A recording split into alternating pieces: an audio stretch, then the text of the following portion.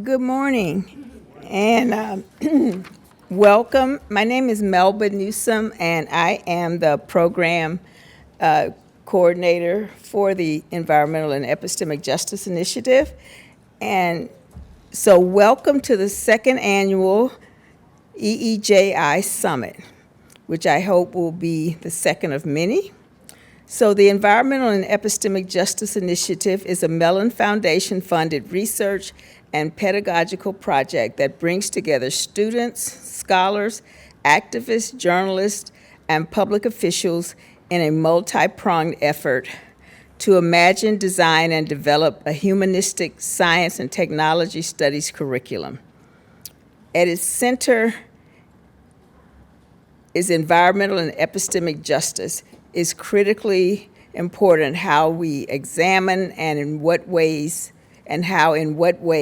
race and regimes of racial knowledge shape and inform our scholarly practices, public policies, and normative concerns.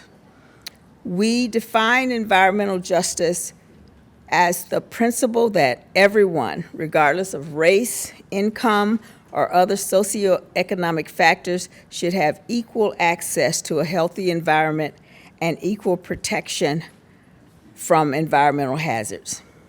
It means ensuring fair treatment and meaningful involvement in environmental decision-making and preventing disproportionate environmental burdens on marginalized communities.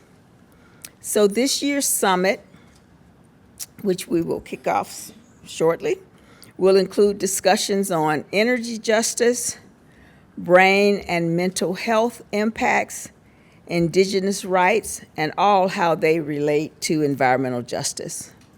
Several of our faculty fellows will also summarize their ongoing environmental justice research. And of course, our luncheon keynote speaker is Reverend Dr. Benjamin Chavis, who is well known throughout North Carolina as a lifelong environmental, civil rights, and social justice activist. So we will start shortly. We are waiting on one member of our first panel, and he should be here shortly. He was just passing the visitor center, so if he has to get parked somewhere he shouldn't be, we will tell the folks not to ticket him. Just kidding. I don't think that I have that kind of clout. But anyway, we will get started shortly. So thank you all for coming, and please make sure you have some breakfast if you have not already. Good morning, everyone. We are going to get started with our first panel. And I have to say, we have a really powerful group here this morning to talk about energy justice. And I am going to start out by introducing them briefly, and then we are going to get into our discussion. So to my immediate left is June Blotnick, and she serves as a climate consultant and volunteer for a number of faith-based and community-based climate programs in the Charlotte region. She was executive director of Clean Air NC from 2005 to 2022. During that time, June was instrumental in founding and promoting a host of initiatives such as Clean Air for Kids, Medical Advocates for Healthy Air, and NC Climate Ambassadors. In the middle is William J. Barber III, and he is a renewable energy professional with over a decade of experience in environmental and climate justice. William has successfully bridged gaps between policymakers, grassroots leaders, faith communities, and corporations. In 2019, he founded and runs the Rural Beacon Initiative, which, in consultation with other groups, seeks to promote energy equity through sustainability programs and green investments. And on my far left is Jeffrey Robbins, who is the executive director now of Clean Air NC, which is a nonprofit that advocates for clean air and livable climate across North Carolina.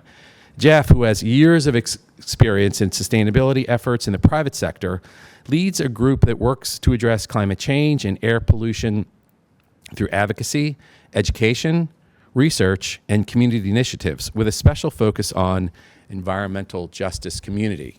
Can everybody hear me okay? Good, okay. All right, we are going to start where I think we need to, and that is defining some terms. We are going to cover areas in the hours that we discuss here that include burden, location, health, politics, and solutions. We want to emphasize solutions toward the end of this discussion. But as a start, I want to go and ask all of my panelists here to describe what we mean by equitable energy and why it's important. June, why don't you start us off? Good morning. Are we awake? I'm not. Just kidding. Yeah, equitable energy. Well, for me, it's a justice issue. And we believe in justice still, but the corporations that are producing our energy, that's not their pledge. Profits are their pledge. So when I think about equitable energy, I'm thinking about what is produced, where it's located, how it's transported, what are the externalities of producing that energy, and who's most impacted. So that's sort of my high level. Okay, William.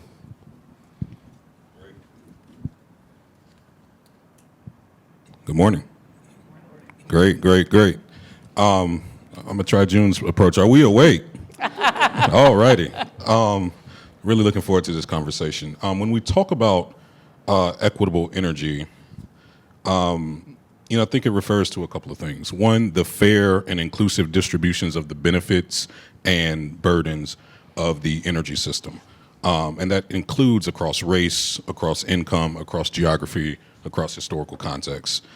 It means ensuring that frontline, low-income, rural, tribal, historically marginalized communities, including those that have been heavily dependent on fossil fuel economies, are not only protected from the harms of legacy energy systems, but are also centered as we talk about the design, ownership, and governance of the emerging clean energy economy.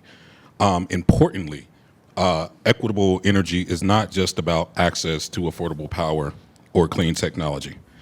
I believe it is about correcting structural imbalances, economic, environmental, and political, that have long excluded certain communities from the decision-making power when we talk about our energy system, one, that secondly have often determined which communities get targeted for the polluting assets of our energy system, two, and then third, that in many cases have denied them access to generational wealth opportunities tied to energy projects. And I think, this is important because the energy transition that we are undergoing right now, both as a nation and as a planet, is the greatest economic transformation of our lifetime. Some estimates have said it is 4 times the amount of wealth generated in terms of the connectivity of things and the internet. So in short, equitable energy is both a moral imperative and a strategic necessity if we're going to meet this moment. Jeffrey. Good morning. It's always tough following you, Will. Damn, he's got the voice. And then I was like, say something for me. But when I think about it, I think about the procedural justice of equitable energy. I was a couple weeks ago, I was with a group of folks at the Energy Foundation, and we talked about, this very topic. How do you transition equitable energy initiatives and projects? And for me, it's about starting at the basis of making sure that the community knows the process of how energy production happens, how our state regulates it, and how the NCUC plays a part in regulating the energy production by Duke Energy, and how that cuts across ratepayers. And so for me, the procedural aspect of making sure that when we work in communities, basic definition, terminology, energy burden, things like that, are not really fully understood, the impact on what it means to the community, and how those benefits can play out are part of what we as community-based organizations take responsibility for to ensure that procedurally people are engaged. A year ago we talked about the energy plan, and we had more folks enroll in our education programs and our advocacy workshops. And that was an indication to me that you just don't have to be in an impacted community to really understand what just transition means in an energy green economy. So we take responsibility, and I think that's where we have the biggest opportunities to get more people engaged in the process, understanding the information at a level of nomenclature, so that people can then go toe-to-toe with Duke to hold folks accountable. So that's what I look at. Okay. I want to continue to define terms, and I want to make sure that we are putting a visual picture together on what our panelists are talking about. So as I spoke with each of them in preparation for this discussion, we talked about how race is the most powerful predictor of where you're going to find energy inequities. Let's talk about that from a historical context, and if we can understand if there is progress moving along this continuum, because this has been a problem in environmental justice communities for a long time. William, do you want to start with that? Sure.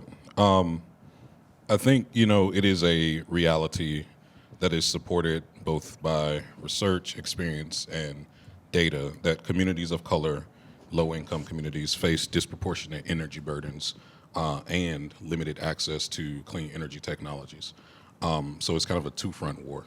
Black and Hispanic households experience energy burden or higher energy burden, than white households, even when controlling for income.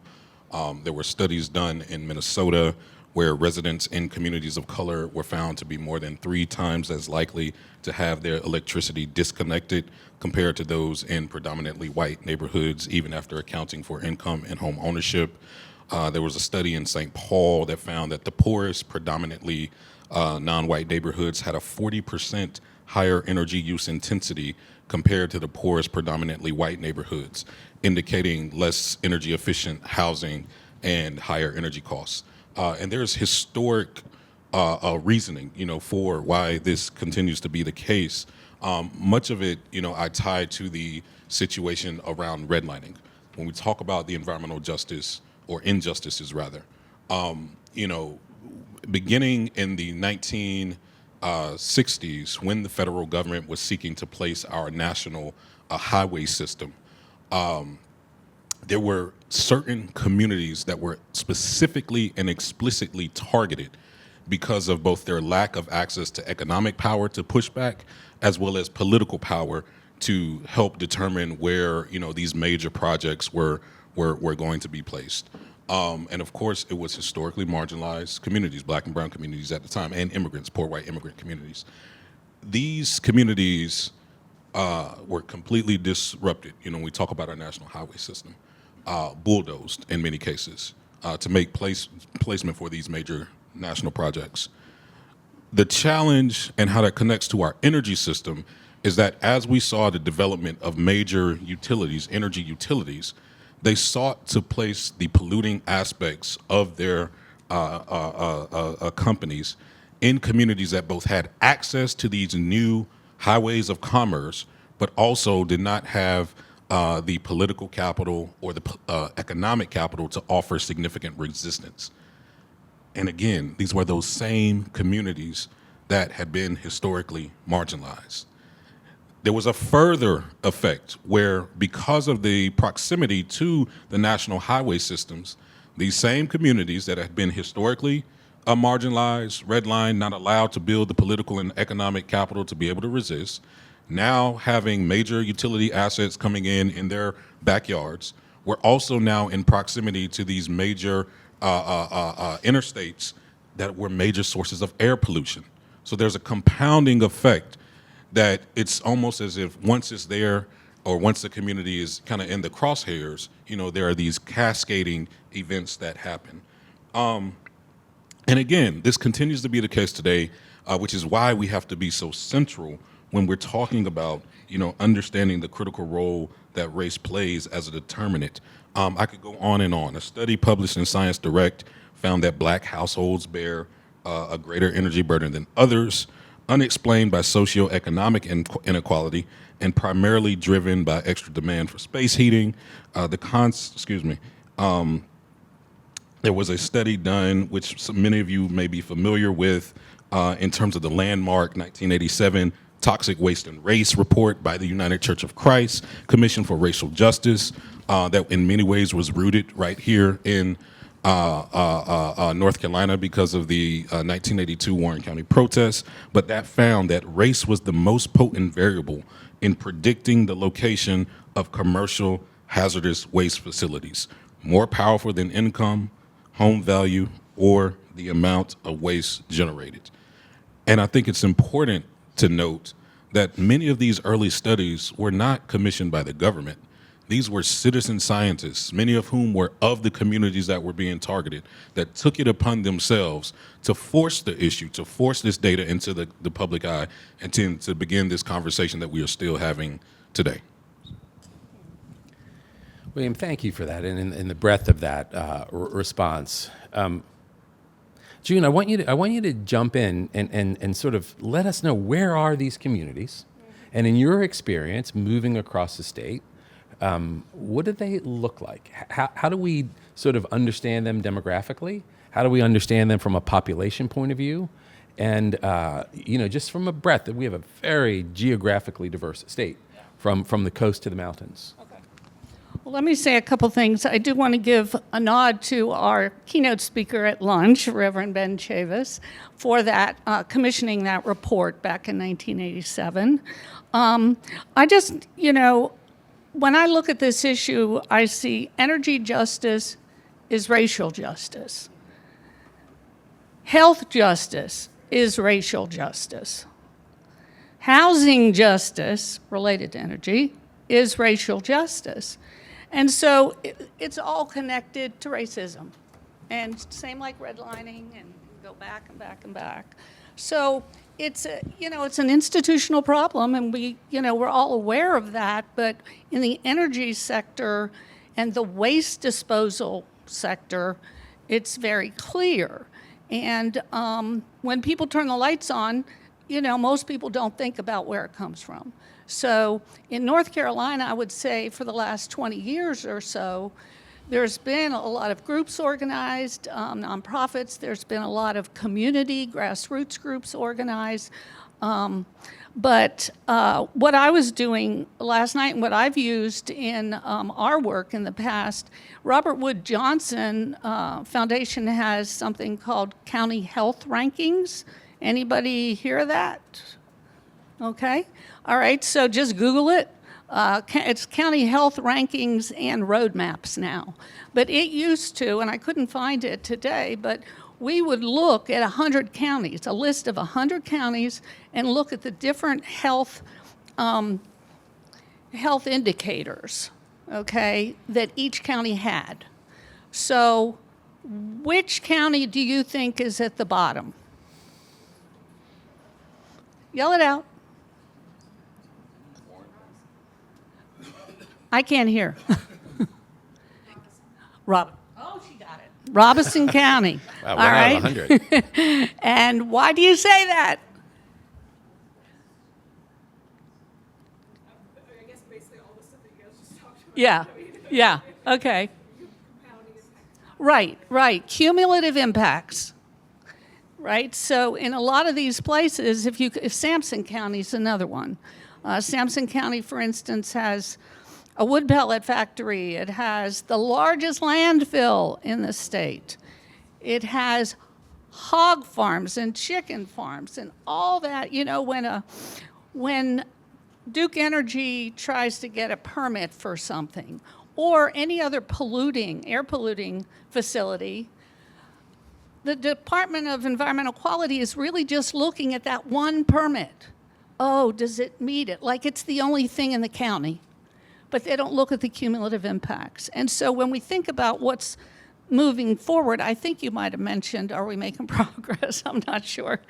The EPA has been working on a program for cumulative impacts and how we can move forward with that. If we lived in the state of Washington, their Department of Health and Human Services has every county ranked for cumulative impacts. So if a company wants to go in that county, no can do. They got enough. That's what justice is. And so that's what we want to see here. So check out health rankings. But we have Sampson County, we have Robeson County, Donna Chavis, and, Mac Ledgerton fighting that for years. I think I'll stop there. Okay. Jeffrey, do we have communities in different parts of the state that where the equity or inequity is different? And what I'm thinking, like, is it worse in the coastal plain versus the Piedmont versus the mountains? Yeah, I think from my perspective and what I've learned in the almost 3 years I've been in this role is there's definitely a dichotomy between rural communities and urban communities. And you have to go back and look at the historical perspective of when electricity production really began and how communities, both rural and urban, were selected. And I think Will eloquently covered what we saw in urban communities with redlining, the energy production being placed within communities. I think the other side of the coin is in rural communities, you had investor-owned utilities that were mandating where lines were put in. And you have rural communities that, if you think about it historically, those are lands that were, just think after Reconstruction, that were given as part of retribution to slavery and to indigenous people that got passed over and didn't ever really get wired. And we see that even today, manifesting it not just with energy, which is probably the most important utility, but broadband and other components. And so the rural communities suffer immensely, and that is why you see the placement of the things that June talked about in Sampson County with the three areas that we are working in on an EPA grant still that started under June's tenure and has been executed under my leadership. Those are the communities that we still see being burdened, and they're a mix of folks from low income to Black, brown, and indigenous communities. And so that is part of the problem, and I think that's where a lot of the solutions lie in terms of programs that transfer the equity that has been built up in other areas to communities that are most in need. So that's kind of what I look at, that dichotomy between rural and urban. William, what is the connection between fair, equitable distribution of utilities? And by utilities, I don't just mean energy, but I mean internet. I mean access to cable. I mean access to all the wired things that our metropolitan areas have. As a journalist not too long ago, we used to do panel discussions like this in Rockingham County, and they would talk about Rockingham County, just north of Greensboro, very poor county, very rural, how they just couldn't get economic development rolling. Their manufacturing plants were closing down, and they couldn't get things to come in behind them. And then you find out that they don't have cell service across the county, that AT&T or Verizon isn't making the effort, or there are obstacles to this happening. Well, how do you have economic development if you don't have internet service in a community? So help us understand something beyond electricity, beyond energy. There are other inequities that rural communities, poor communities are experiencing. Sure, absolutely. I think, just at a very bird's eye view to kind of draw the connections as I see them, we are very much going into a digital access, digital subscriber economy where all of our services and our quality of life aspects, whether you talk about telemedicine, telecommunications, teleeducation, are really dependent on that access to high-quality broadband. And of course, that access to high-quality broadband in of itself is dependent on, access to energy, and both the supply of energy, as you talk about, wanting to make sure that we're producing clean energy to not further exacerbate some of the environmental and climate impacts, from fossil fuel production, but also as we talk about, the need for these communities to be able to afford those aspects, and bringing in the energy burden component where we talk about, households spending already a significant amount of their income just to keep the lights on. Some are determined, some I've heard families even in North Carolina where sometimes the decision has to be made on a monthly basis. Do I get groceries or do I heat my house? Do I get groceries or do I keep the light on? So that disparity in of itself, for me, illustrates that there is a real challenge for rural communities to even be able to function as we go into this new age where we're seeing more of these digital access directly and access to clean power indirectly, determining the success and outcomes, of a population. I think we have to recognize the transition to clean energy in the United States presents both opportunities and challenges. As we talk about bringing it back to like the equitable energy component, while renewable energy sources are expanding, fossil fuels still account for over 80% of total U.S. primary energy production today. That has outsized effects on frontline communities because the more fossil fuels we're burning, the worse our climate is getting, the more environmental impacts they're seeing, the more we're seeing in terms of inability to access food because the climate is having effects on our agricultural production. And so we see food prices, skyrocketing. We see extreme weather costs expanding across the nation. And even in the wake of Helene, you see certain insurance companies that are now taking serious looks at pulling back coverage for certain sectors of the state as extreme weather becomes more prominent. And all of this, again, exacerbates and kind of compounds in a similar way in our most vulnerable communities. And so that is kind of the overlay, as we're thinking about it. I think, to tie it all up, we have to understand that ensuring fair distribution means not only expanding access to clean energy, but also addressing and mitigating these negative impacts that have historically burdened certain communities, but also putting in place infrastructure that gives back communities' ability to self-determine their outcomes in this changing time. Jeffrey, I want you to pick it up from there and help us understand, as we are defining these problems, what is the awareness level among local government and state government that these are problems and that there is an interest in addressing them, either in regulations or investments? Yeah, I think what we see is the level of awareness is pretty low, and it's a bidirectional phenomenon, I think. When you look at the permitting process, and my team and I talk, and I have two members from my team, my EEJI program manager and my community science program manager, and we talk about permitting quite a bit. And the amount of time for the public to be made aware of a request for energy production is 30 days, I believe. And so in that 30-day period, before a public hearing is held, the intent is that the community members would be prepared. And I think it's just impossible with some of the things that are being requested out there and the technology and the complexity of the programs.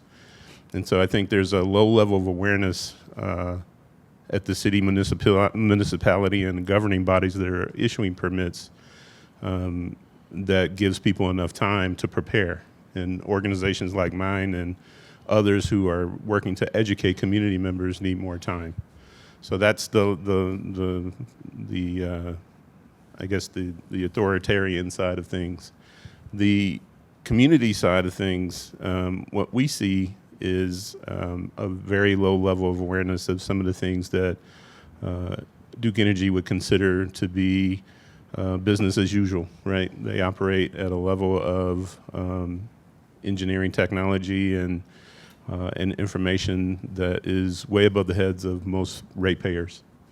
And so we work to really try to educate folks and prepare communities that are up against some of the most diabolical initiatives that are there relative to, June mentioned it, animal agricultural processes and what they're doing in creating energy options there.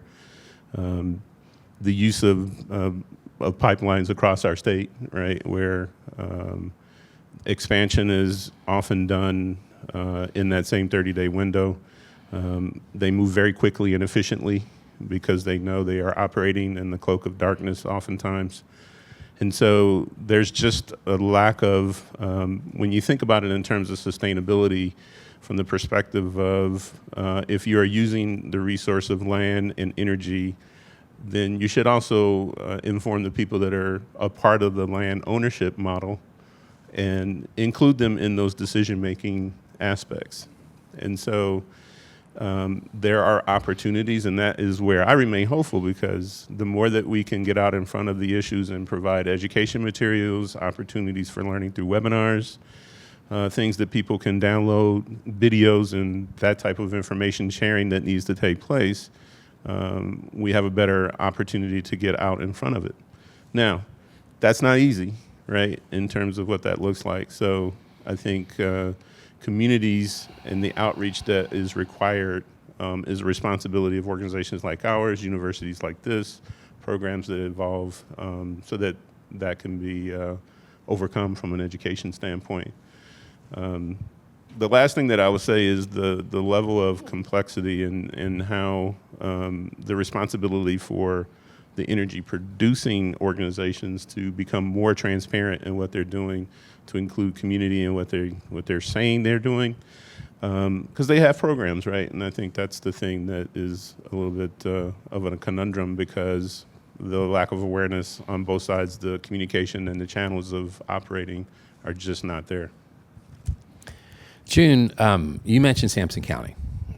It is a large county, and it holds the largest landfill in the state. It also has a lot of other polluting industries. But what it also has is a lot of agriculture, and it is near those polluting industries. So in your time with a Clean Air NC, is there a recognition of the concern, and these are agricultural products that are being sold throughout the Southeast and across North Carolina, of the impact of the pollution in this state that have been put there, as you all are explaining, strategically, that there is a connection, not only in the quality of health and the people that live there, but in the crops that are being grown and sold throughout the region?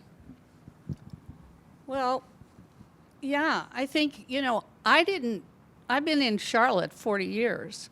I didn't know before I took this job about Eastern North Carolina, what kind of industries were out there or anything. But those, things have changed with agricultural farming over the last 20, 30 years. And so there aren't little pigs in the farmyard anymore. There isn't a farmyard, it's all industrial. And yeah, people have been complaining. There's been lawsuits. I mean, we do have Title VI of the Civil Rights Act, and that's about no one group of people should be overly burdened by an industry. And, the thing that keeps coming back with the state is, well, we have to notify people and have public hearings. But if the permits are even on hog waste lagoons and that kind of stuff, if they're still approved, they're still burdened. Yeah. And so there have been lawsuits 20 years ago on these things. Mm-hmm. And Southern Environmental Law Center is, a great organization. Thank goodness we have them. So I think, people are dying. I mean, people that have been fighting these issues for years, are dying prematurely from, and I don't think the state is doing enough. I don't know if that answers your question. Well, I want to come back, and I want to give Jeffrey a crack at it as well. And that is 5 or 6 years ago, Michael Regan, who is most recently the EPA administrator, was the head of North Carolina Department of Environmental Quality, and he was pushing for environmental justice panels, a committee, as a way of addressing these issues. Has that helped along the lines of what you and William have been talking about raising visibility and raising educational levels, awareness levels? Yeah, I think it's worked. I mean, this is where I could ask Deja Wall to come up here, and because she sits on the governor's EJ panel today, and she's shaking her head, not Snowball's chance. But that to me is the first step, right, in terms of raising awareness, bringing community organization leaders that are working in the field, that are operating daily with community, to give them a seat at the table. And I think that's the first start. I think the second step part of it is, we've implemented the grant program, which is under the air and radiation, which thank goodness it's safe and I think still flying under the radar. But that program, I think, has yielded a number of benefits in terms of the engagement with community, with our team, and with the Sherry White Williamson's organization, EEJI, where I think we have over 40 air keepers and monitors that are a part of the program. We've got dark car technology where we'll be doing air sampling around the three pronged areas of evil, the Enviva pellet factory, the landfill, and the CAFOs. I think the engagement of community is probably the thing that is probably the most rewarding and inspiring component, because the thirst of information, or the thrive for having access to the data, how community members are able to look at their sensors as it juxtaposed against other sensors that are there, and the general engagement in wanting to get to a level of advocacy and repair. And then I think, I lift up Sherry White Williamson because they've fought that landfill and have recently been awarded a settlement for community. And I think that is where good wins out, when you have the access to community, the trust that's been built up between the organizations, the participation, and then the application of what we're trying to do. And so I look at it as kind of the first step of many to really drive the transition, highlighting these issues that impact not just everybody's quality of life and cumulative impacts of health, but changing some of the wrongs that have been done historically in these communities. And so that's what gives me a lot of hope. How'd I do, Deja? If I may just chime in on that, I'm just going after you this time, Jeff. So I think there is also the fact that we have to wrestle with very intentionally the outsized political chokehold that the fossil fuel industry has on our national discourse. There are billions of dollars that are consistently being funneled to subsidy the fossil fuel industry instead of going to innovation, instead of going to expanding our renewable energy capacity, both in terms of production, in terms of updating our grid. Billions of dollars are being channeled to subsidize an industry, the same industry that has polluted, that has impacted communities, that to its credit was the energy grid, or system rather, that we depended on for decades, and that should be acknowledged. But we have better opportunities in front of us. And until we really wrestle with breaking the political chokehold that the fossil fuel industry has on in impeding and slowing our progress, what we're going to see is billions of dollars continuing to subsidize dirty, polluting technologies instead of putting that into job training for communities, instead of putting that to really unlocking the capacity of our nation to expand our clean energy production. And essentially, we're paying to pollute. We're paying to flood communities. We're paying to see more forest fires, more air pollution, more dirty air pollution. And so I think the environmental justice panels, or the public discourse rather, having the conversation in the public eye is a part of it, but we also have to really wrestle with and be intentional about creating strategies to disrupt the flow of capital and funnel it more directly into the projects and the technologies that we would want to see. So I want to pick up a thread that both William and Jeffrey mentioned, and that is this idea of these polluting industries, polluting energy industries, and one in particular that has its largest footprint in this state, which very few people know about unless they live near it, and that is Enviva, which is the world's largest producer of wood pellets. These are hard little pellets that don't go into your gas grills or supplemental heat at your second home that's a cabin. They're actually produced at industrial scale. Just in North Carolina, Enviva produces 2.5 million metric tons of wood pellets to be exported to the European Union and the United Kingdom to be burned instead of coal. it is promoted as a renewable energy source because they are cutting down trees in North Carolina in our intact ecosystems within a 50-mile radius of 4 plants, Sampson, Hamlet, Ahoskie, and Northampton. Those trees are coming down every day. They're coming down now as we speak.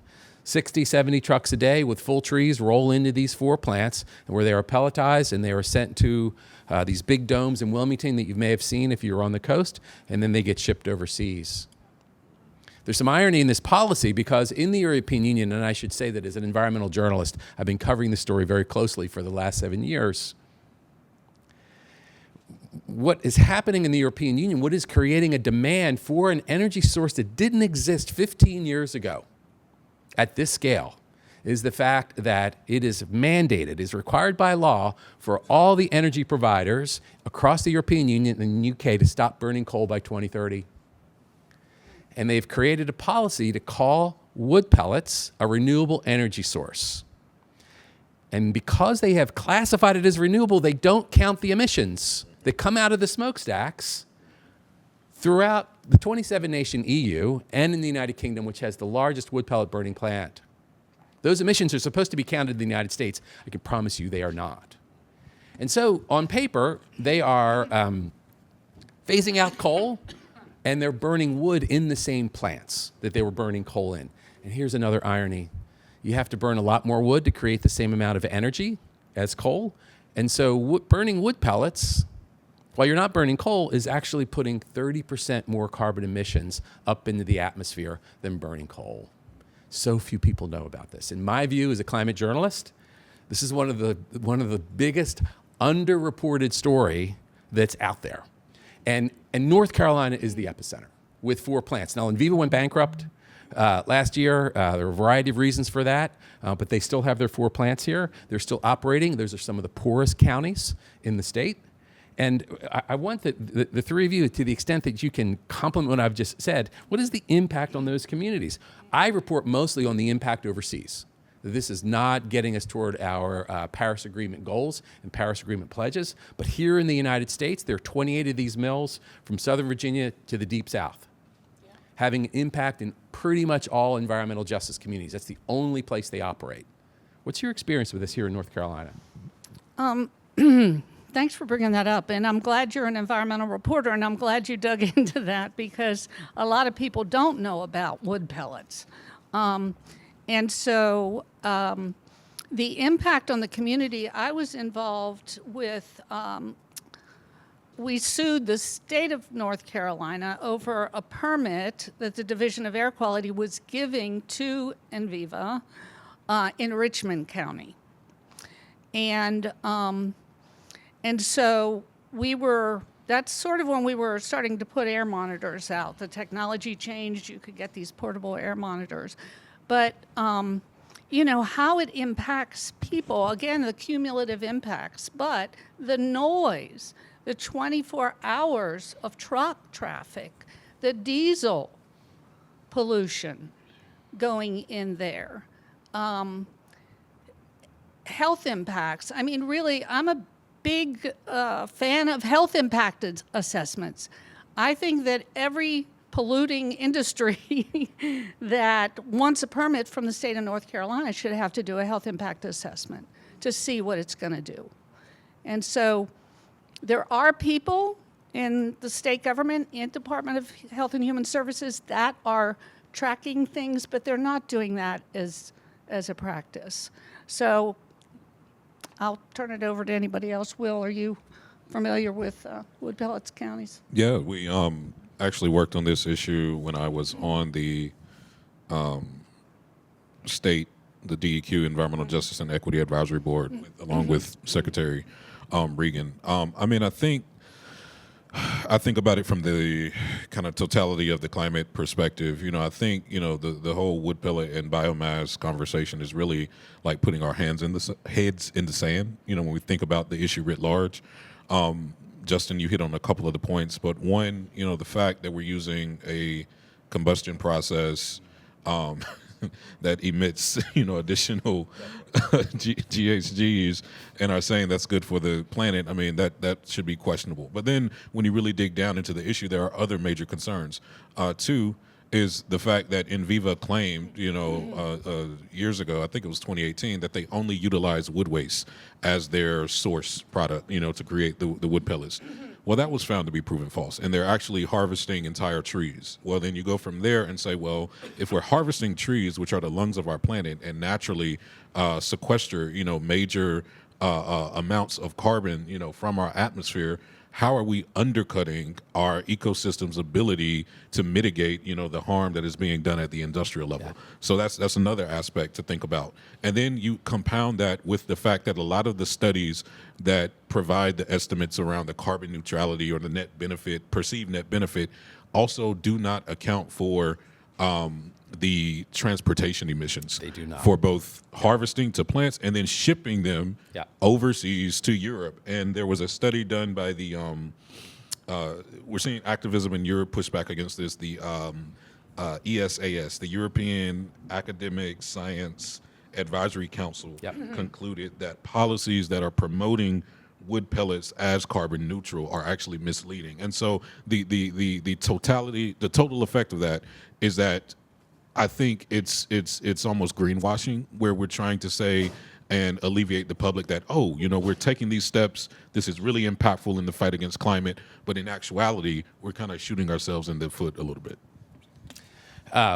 We are, and one of the big things, I had the opportunity to interview the head of the European Union environmental minister, and I asked him about wood pellets, because he was very much on the fence in the few, I've covered UN climate summits. And when I saw him in Glasgow and I asked him about wood pellets, he said, the only way we can stop burning coal is if we burn wood.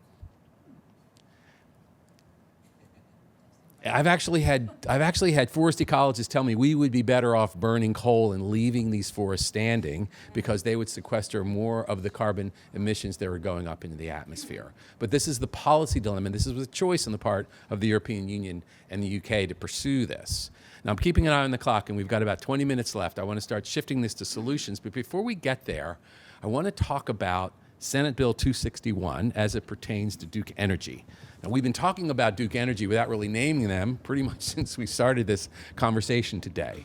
So, Jeffrey, would you start out? What is Senate Bill 261, and should we be concerned about it? Yeah, real quick, just on this last part, on the wood pellet issue, because there's two areas that we work with in our community-based organization.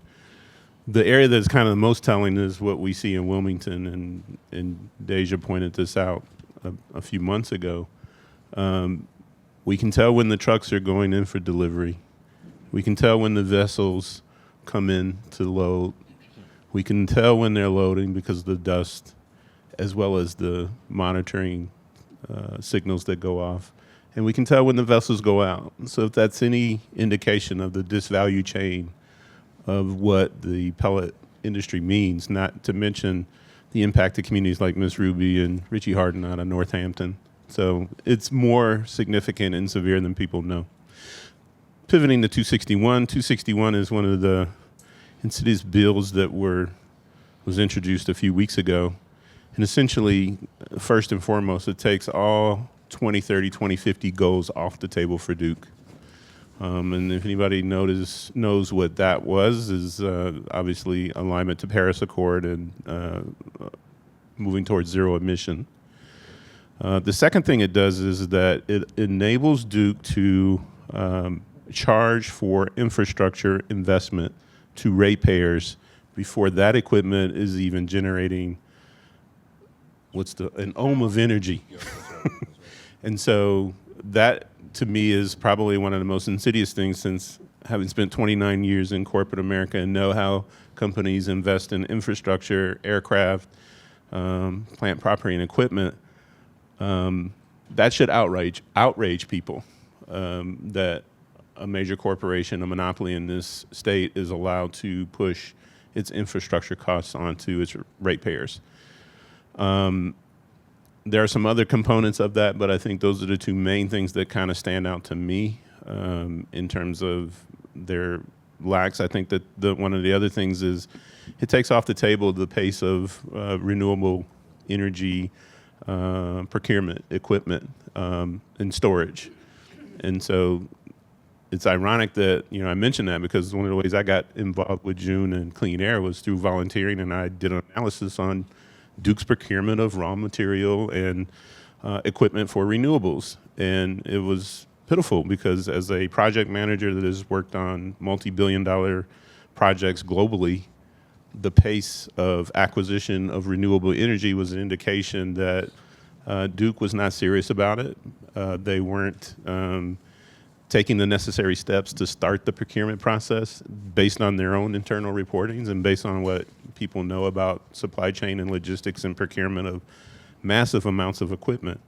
And so those are the three things that I think are the most insidious that should really alarm ratepayers and communities across the state. Jean, go ahead. Yeah, I was just going to add, so this is Senate Bill 261. You can go to cleanairnc.org. They'll have an action alert on there and a blog about it.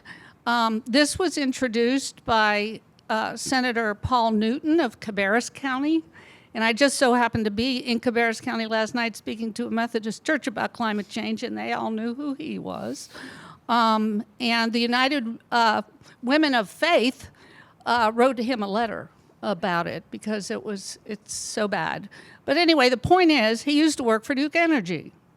And remember Pat McCrory, the governor? He used to work for Duke Energy. So we didn't get to this part yet, but just want to throw it out there that Duke has their hands in legislative bills just about every session. So just to say emphasize what Jeff said, there was a bill passed, I don't know, 5 years ago, that set, it was a bipartisan bill, 981, I think, that Duke had to meet its climate goals. They had to reduce their emissions 70% by 2005 or something by 2030. That was a bill. That was legislation. It was bipartisan. So this bill says no more 2030. You can we're going to ignore the law. Okay, and then that other thing is called construction work in progress.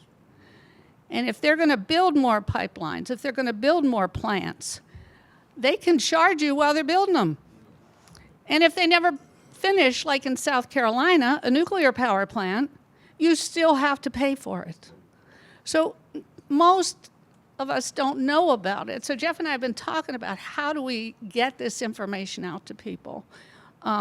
So that's all I want to say about 261 and the connection to the legislature. So it's a little mind-boggling in that Governor Cooper passed a fairly aggressive clean energy plan with bipartisan support, which supposed to put our state on a trajectory to be carbon neutral by 2035, 10 years from now.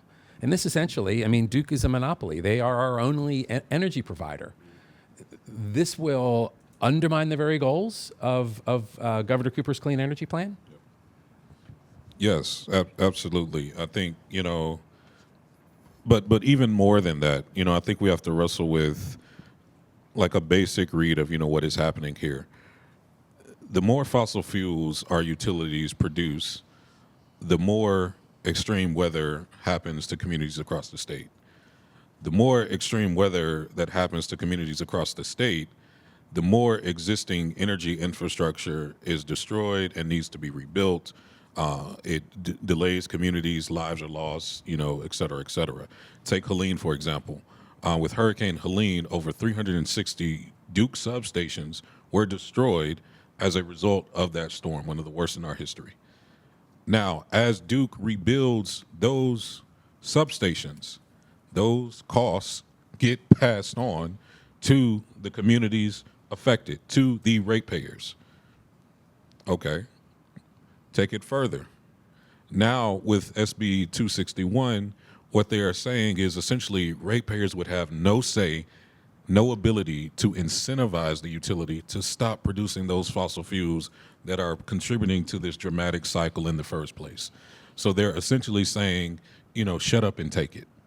We're going to continue building our infrastructure. We're going to choose, if it's a nuclear plant, a natural gas plant, and maybe a solar, facility, but you all have no say, but you're going to pay for every cent of it. So at that very basis level, that is not just disrupting our trajectory, to a clean economy, in the state. It sets a dangerous anti-democratic precedent that all of us should be concerned about. Again, that outsized effect that a utility, is able to wield over North Carolina citizens and American citizens. So that is really, how we should wrestle with and be concerned and think about strategies to push back and challenge. So call your representatives, call them, put this on the radar. Tell them you're opposed to this, because it is really concerning and it really sets a dangerous precedent, not only for the present day, but for the future. So I want to turn this discussion now, as we enter the last 15 minutes of our panel, toward solutions. We're starting to touch on those as we get deeper and deeper into the problems. But there are solutions, there are strategies, there are programs that are taking place that are having an impact. So I want to understand first, we have regulatory boards, we have DEQ, and we have the utility commissions. Are those boards hearing what you were bringing up, and are they friend or foe of North Carolina citizens, particularly in environmental justice communities? June, you want to start? Well, in my experience, over 17 years, you had different governors. It was really, I came on in 2005, in 2010 is when we had a switch in the legislature, a lot more Republicans, and things could still get done, but it's gotten worse and worse over the years. And so they have now, it used to be the North Carolina Utilities Commission would hold hearings, right, for any industry that needed a permit to pollute, and they were listening to you. But I swear to God, the last 10 years of my job, and these were good people. These were people appointed by Governor Cooper, and it didn't matter. They still got what they wanted. It didn't matter if we had hundreds of people and rallies, and we had interveners, and we had Ethan Blumenthal represent the first group of indigenous people in North Carolina in this issue. So I would say, and now the Republicans have taken over a lot of these committees, including Science Advisory Board, all kinds of things. So, Public Utilities Commission. So it's sort of like, what do we do in that case? DEQ, we've worked with them. In my experience over the years, we've had a pretty good relationship. We've had to sue them a couple times, but they seem to be ruled by the legislature. They're worried about the legislature, depending on who's in office. William, we needed some light. So Sorry. And we promised some solutions, and there are things that are working. They're not enough, but help us understand where there is progress. You and I have talked about this energy transition and the economic opportunities. Why don't we start there? Yeah, no, I think it's a great point, Justin. I think, we have to keep ourselves reminded that there is light at the end of the tunnel. It's just that we're in the middle of a fight, and a fight does not, end just inevitably. It takes effort. It takes effort. It takes people power to push clean power.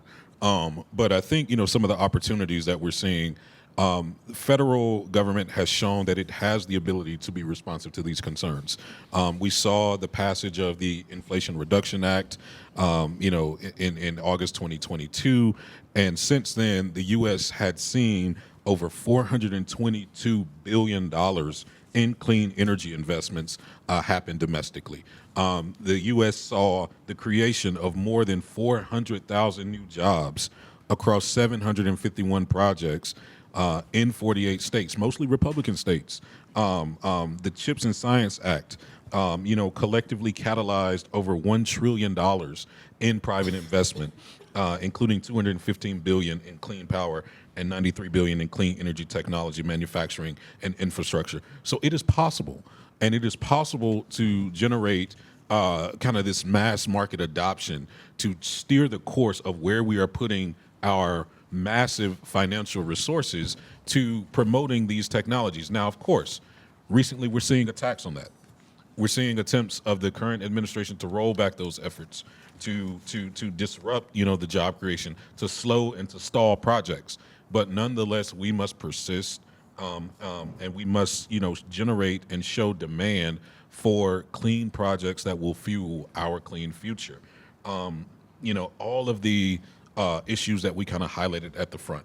When we talk about the energy burden, when we talk about the health disparities, when we talk about the local economies that are disrupted, when we talk about the extreme weather disasters, we have the means to significantly impact that for the better. We just have to be courageous enough to get the people who are currently trying to stand in the way out of the way. Jeff, you have some examples of exactly what William's talking about. So share a couple with us. We need them right now. Yeah, I think we do. You asked the question, are there friends and foes out there? And I think, I'd like to assume positive intent of most people.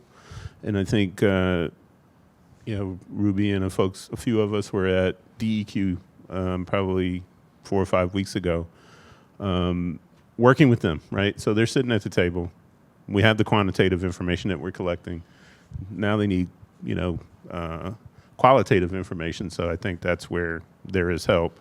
But in terms of the programs, I think, William mentioned it. The Biden administration, released appropriated funds that, lent themselves to a number of programs. Like Duke Energy did an income qualifying program, right, to where they work with community-based organizations to identify low-income ratepayers that struggle to pay rates. So we look at those things in terms of them investing in community, improving HVAC systems, and weatherization programs was probably the biggest benefit that have been implemented. Energy NC was an IRA, solar and battery low-income energy program, right? Again, these programs exist. The awareness and the uptake is where I question and want to hold Duke accountable, but the programs are out there. Solar for All, $7 billion to EEJI and low-income communities to transition to solar, right? What we know is if communities that have been impacted by rate, that are in low income, impacted communities that then transition to solar, they notice a marketable reduction in their energy burden costs, right? So those are very positive programs. And then in the Triangle, there was a program called NERP. I can't remember what the acronym was. I wrote it down just a second ago. But again, the just transition of low-income communities are things that Duke has that I don't think they really do a good job of publicizing and raising the awareness that they exist. And so that's where organizations like ours have an opportunity to work with Duke to say, hey, let us help you roll these programs out in communities that we work in so that folks have the opportunity to take advantage of these things. So that's our role, is to hold them accountable, so and taking advantage of these programs. And I'd like to add one piece is, we're in the birthplace of environmental justice, North Carolina. The movement that was born here gave rise to the climate justice movement, gave rise to the energy justice movement, gave rise to what we saw through the Biden administration, the Justice 40 mandate that mandated that 40% of federal clean energy investments benefit low-income disadvantaged communities. Not just black communities, not just brown communities, not just poor white communities, low-income disadvantaged communities. So all the communities that have historically been marginalized and detrimentally impacted by our dependence on the fossil fuel economy. Race continues to be the single most used dog whistle that they utilize to try to disrupt us coming together and getting the people who are in the way out of the way. Claiming that environmental justice is a black issue or a brown issue. Really, it's a justice issue. It's everyone. It's black communities, it's brown communities, it's poor white communities that are in Appalachia and we're historically reliant on, coal economies, and now those workers, need retraining to survive in the coming economies. It's all communities. It's American communities. And I think we need to name that, especially as we see the attacks of naming real programmatic solutions as either DEI initiatives, woke initiatives, environmental justice initiatives, attempting to malay them instead of the real opportunities to right wrongs and to secure our clean energy future that they actually are. This is moving our economy in a way that allows us to continue to do business, continue to have successful, clean American communities, and continue to be a leader on the global stage. Okay. And the congregation said amen. Amen. Pass the plate. We have run out of time. We could talk about these issues a lot longer and dig into them a lot deeper. I hope you all will, given the ground that we've covered here. These issues are all tied together. When we talk about more extreme weather that we're having, that's coming. It's coming because we're polluting more. But we also are destroying the very buffers, our tree canopy in the eastern part of the state that protects us against flooding and storm surge and all kinds of environmental issues when we lose those trees and we lose that biodiversity. These issues are all connected. And as William said so eloquently, they affect environmental justice communities. They affect the entire state. They affect the entire Southeast. I want to thank our panelists for driving in and getting here early this morning to share their thoughts and wisdom with us. Jeffrey, William, June, thank you very much. This has been an extraordinary discussion.